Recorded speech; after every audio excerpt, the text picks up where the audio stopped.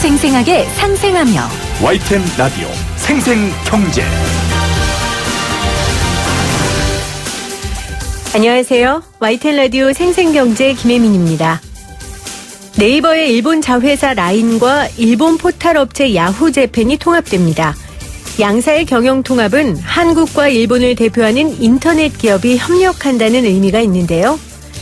양사는 통합 이후 각사의 메신저, 포털 서비스를 기반으로 한 이커머스, 간편결제 영역에서 시너지를 낼 것으로 예상됩니다. 기업은 철저한 이해관계에 의해 움직이죠. 양측 모두 서로에게 도움이 된다는 확실한 계산하에 통합하는 겁니다. 일본 정부도 이러면 얼마나 좋을까요? 올해 우리나라 일본에 대한 무역 적자가 16년 만에 가장 적을 것으로 보입니다. 반도체 기업들이 일본으로부터 장비 수입을 줄인 영향도 있지만 일본 제품 불매 운동으로 소비재 수입이 줄어든 것이 원인으로 보입니다. 지소미아 종료를 앞두고 우리는 일본의 경제 조치 해제가 먼저라는 입장을 분명히 하고 있고 여전히 일본은 별개의 일이라며 물러서지 않고 있습니다. 2019년 11월 18일 YTN 라디오 생생경제 지금 시작합니다.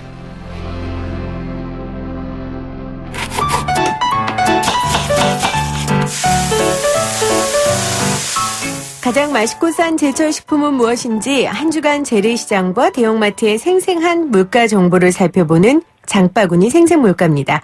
오늘은 한국농산식품유통공사 문건주 대리 전화 연결돼 있어요. 대리님 안녕하세요. 네, 안녕하세요. 대리님은 직접 장 자주 보세요? 저는 이제 혼자 사니까 자주 보는 편이에요. 아, 그렇군요. 그러면 알뜰하게 잘 보시겠네요. 이렇게 늘 장바구니 물가가 있는 분이시라서요. 네네, 아무래도 좀 더 저렴하게 구매를 하려고 하죠. 네, 오늘 우리 청취자분들께도 그 저렴한 정보 잘 알려주시고요. 11월 중반 넘어서면서 날씨가 많이 쌀쌀해져서 한 주간 우리 농산물 가격이 어땠는지 궁금합니다. 지난주에 어떤 품목이 오르고 내렸을까요? 네, 오른 품목으로는 다다기 오이가 있고 내린 품목으로는 적상추가 있습니다. 네. 다다기 오이는 주로 출하되는 지역인 충청 지역에서 재배 면적이 감소하기도 했고요. 작황도 부진한 편이어서 출하되는 물량은 감소했습니다. 가격은 10개당 7,508원에서 9,159원으로 22%가량 오름세를 보였습니다. 반면에 적상추는 가격이 내렸는데요. 주산지인 논산과 충주에서 출하는 원활하지만 무나 배추 같은 김장 채소류 소비가 늘면서 네. 상대적으로 수요가 줄었어요. 그래서 가격은 100g당 1,286원에서 1,111원으로 대략 13.6% 저렴해졌습니다. 네, 자 이번 주 가격 전망 해보죠. 어떤 품목이 변동이 있을까요? 이번 주는 굴 가격이 오름세를 보일 전망입니다. 굴의 10월 생산량은 1,441톤으로 전년보다는 7% 정도 늘어난 수준인데요. 네. 생산량이 늘어나긴 했지만 김장철의 영향으로 수요가 늘어난 탓에 이번 주는 1kg당 18,500원에서 가격도 오르겠습니다. 높은 시세 때문에 소비가 위축되면서 가격 내림세를 보일 품목이 있는데 바로 쪽파입니다. 가격이 전년에 비해 15% 정도 높게 형성돼 있어요. 네. 그 이유가 주산지인 예산과 서천에서 작황이 부진해서 출하량이 많지는 않았습니다. 출하량이 적어서 높은 시세를 보이다가 이것이 소비 부담으로 이어지면서 가격은 1kg당 5,444원에서 더 내리겠습니다. 네. 자, 본격적인 김장 시기를 앞두고 김장 비용 계속해서 사람들이 관심을 갖고 있어요. 얼마나 될까요? 네, 본격적인 김장철을 앞두고 지난 3주 동안 김장재료 구입 비용을 모니터링했는데요. 김장재료로 많이 사용되는 13개 품목에 대해서 조사를 했고요. 전국 19개 지역의 18개 전통시장과 27개 대형 유통업체에서 실시한 결과입니다. 11월 12일 기준으로 계산했을 때 배추 20포기를 담그려면 28만 6천 원이 드는 것으로 조사가 됐는데요. 올해 가을 장마나 태풍 피해 영향으로 배추나 무 가격이 올라서 김장 비용이 전년보다는 8.7%가량 높은 수준이지만요. 네. 본격적인 김장 시기를 앞두고는 작황도 회복되고 정부에서도 김장 채소 수급 안정 대책을 추진하고 있어서요. 김장 비용이 3주 전보다는 16.1% 하락하면서 안정세를 보이고 있습니다. 네, 김장 비용이 3주 전보다는 그래도 좀 하락했네요. 더 가벼운 마음으로 이제 김장하셔도 될 것 같습니다. 맛있는 김장 배추 고르는 방법 있으면 좀 알려주세요. 네, 맛있는 김장 배추 고르시려면 크기, 속, 맛 이 세 가지만 기억하시면 되는데요. 첫 번째로 크기는 2에서 3kg 정도 되는 배추를 고르시면 됩니다. 네. 배추 길이가 한 뼘 반 정도 되는 배추 중에서 살짝 무거운 느낌이 나는 배추를 고르는 게 좋고요. 초록색이 짙으면서 잎이 많고 흰 줄기가 넓으면서 결이 단단해야 합니다. 네. 배추가 너무 크면 고소한 맛이 덜할 가능성이 높으니까 기억해 주시고요. 두 번째로는 속을 보기 위해서 반으로 잘라줘야 합니다. 반으로 쪼갰을 때 노란빛이 나고 속이 80% 정도 찬 것이 좋은데요. 수확 시기가 지난 배추는 속이 꽉 차 있으면서 배추 특유의 향과 고소한 맛이 덜하니까요. 배추 사실 때 잘라보는 게 귀찮기는 하지만 잘라서 확인해보는 게 후회하지 않는 방법입니다. 네. 그리고 세 번째로는 속을 직접 맛보는 게 좋습니다. 살짝 달고 고소한 맛이 나는 배추가 제대로 된 배추라고 하니까요. 제가 알려드린 세 가지 기억하셨다가 맛있는 김장배추 잘 고르셨으면 좋겠습니다. 네, 김장배추 너무 크면 안 된답니다. 그리고 속도 너무 차면 안 됩니다. 한 80% 정도 찬 배추가 맛이 좋은 배추라고 오늘 정보를 주셨습니다. 오늘도 유용한 정보 준 한국농산식품유통공사 문건주 대리 고맙습니다. 네, 감사합니다. 쉽다, 재미있다, 어라? 무슨 말인지 이해가 간다. YTN 라디오 생생경제. 오늘 가장 뜨거운 경제 뉴스를 제일 생생하게 전해드리는 시간입니다. 지난해 7월부터 주 52시간제가 단계적으로 시행되고 있죠. 300인 이상 기업과 공공기관은 이미 시작했고요. 내년에 50인에서 299인 중소기업도 시행됩니다.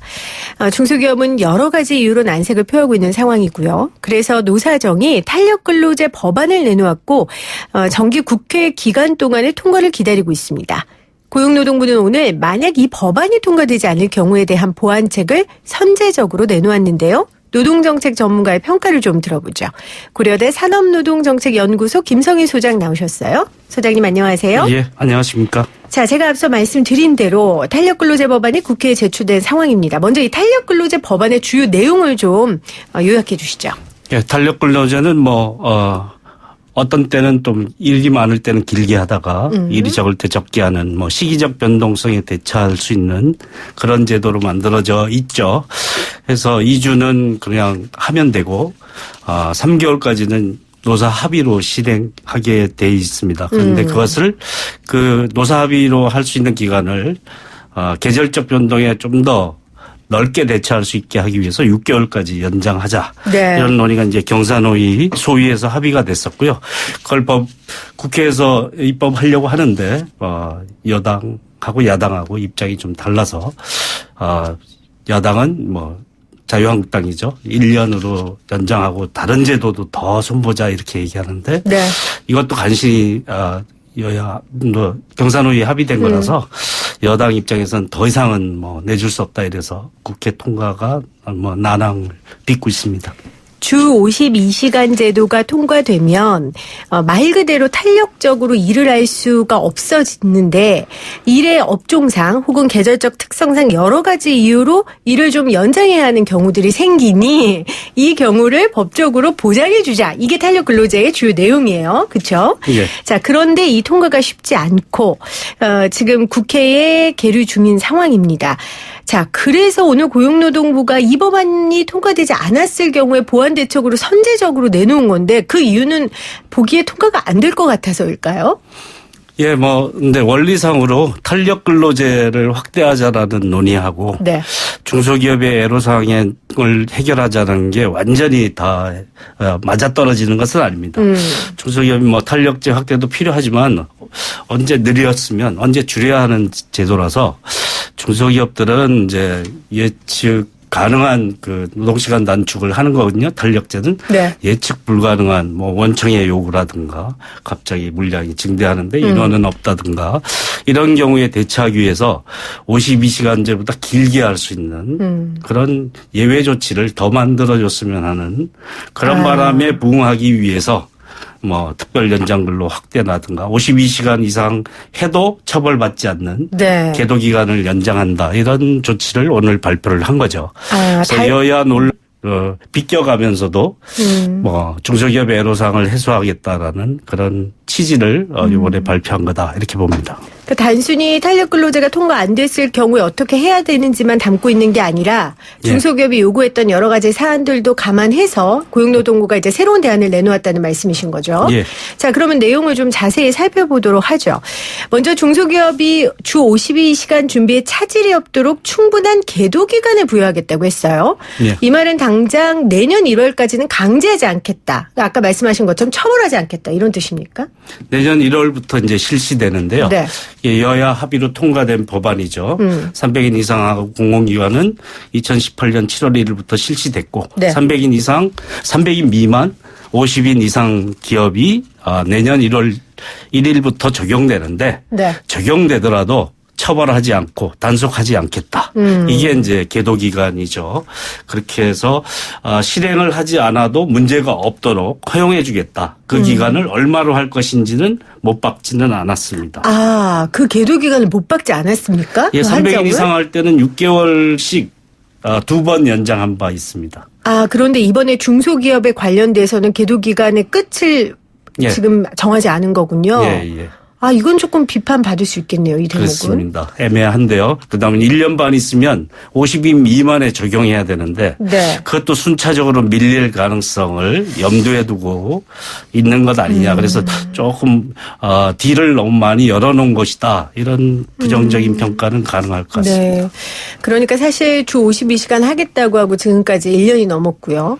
이것도 지금 계도기간이라고 보면 도대체 언제까지 계도기간이라고 시행을 미룰 거냐. 이제 이런 볼멘 목소리가 나올 수밖에 없는 상황인 거는 같습니다.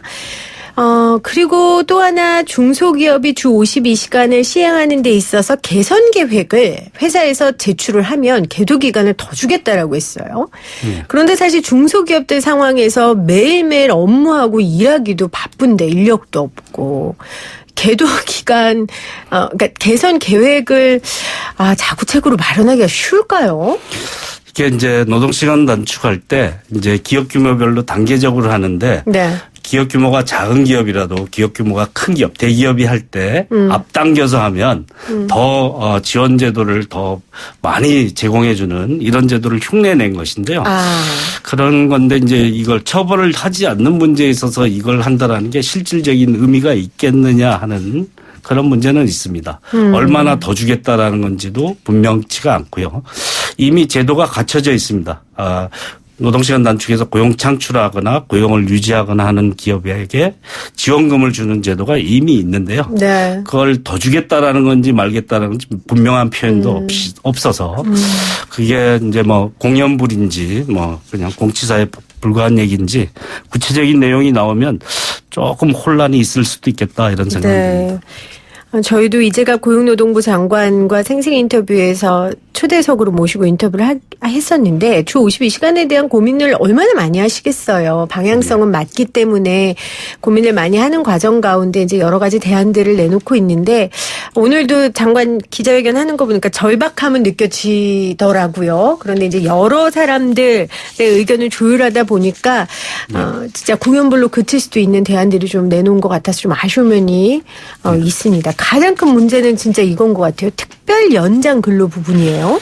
예. 그러니까 특별 연장 근로 인가 사유를 확대하겠다고 했는데 원래는 특별 연장이 가능한 사유는 어떤 겁니까? 지금 뭐 돼지 열병 이거 같은 전염병 사태가 발생하면 네. 그런 일에 종사하는 사람들은 시간 제한 없이 근무해야 되지 않습니까?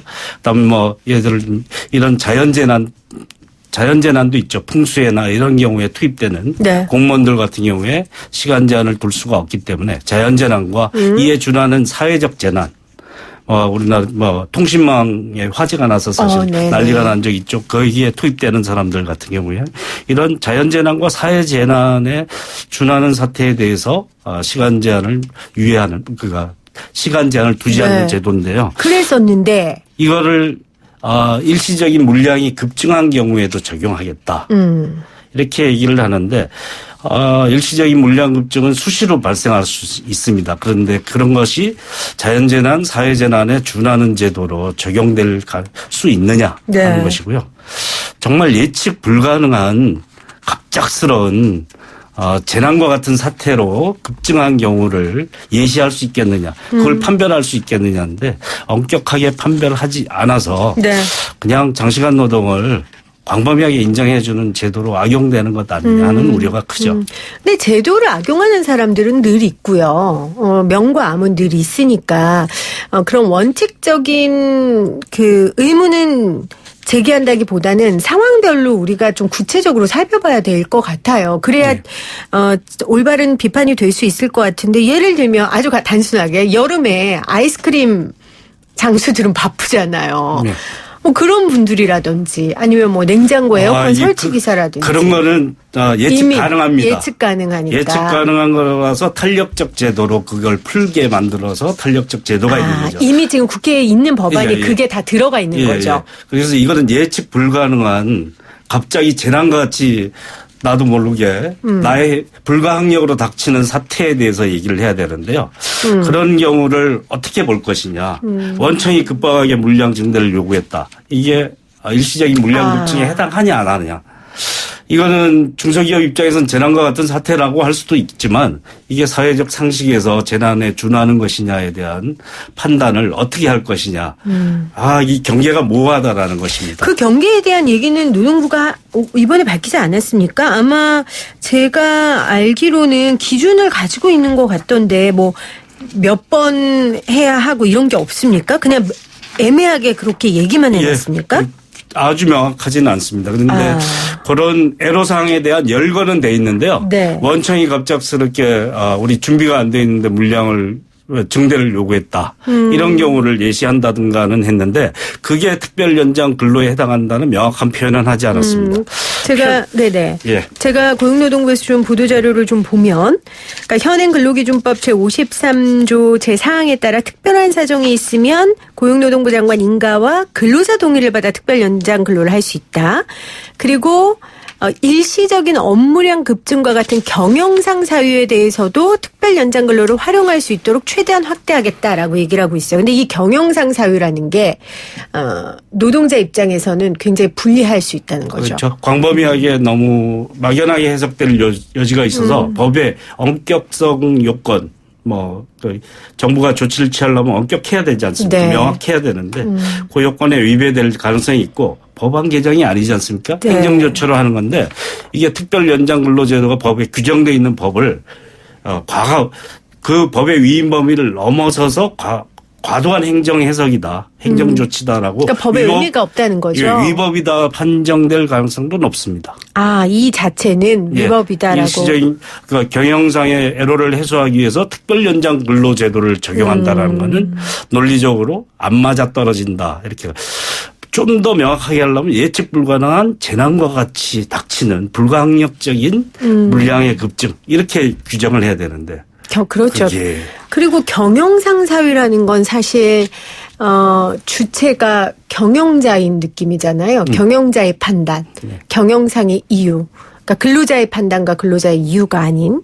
그래서 그런 쪽에 있어서 좀 많이 아쉽다라고 교수님께서 판단을 해 주셨습니다.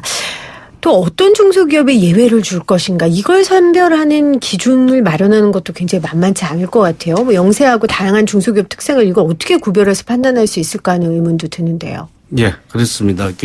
중소기업의 여건이 어렵다라는 것을 그게 이제 잘못 판단하면 이미 이제 노동부의 설문조사 결과를 보면 60% 이상이 이미 준비했다 그랬고 30%가 준비 중이라 그랬고 준비 안 된 300인 이상 미만 50인 이상 기업이 7.8%입니다. 네.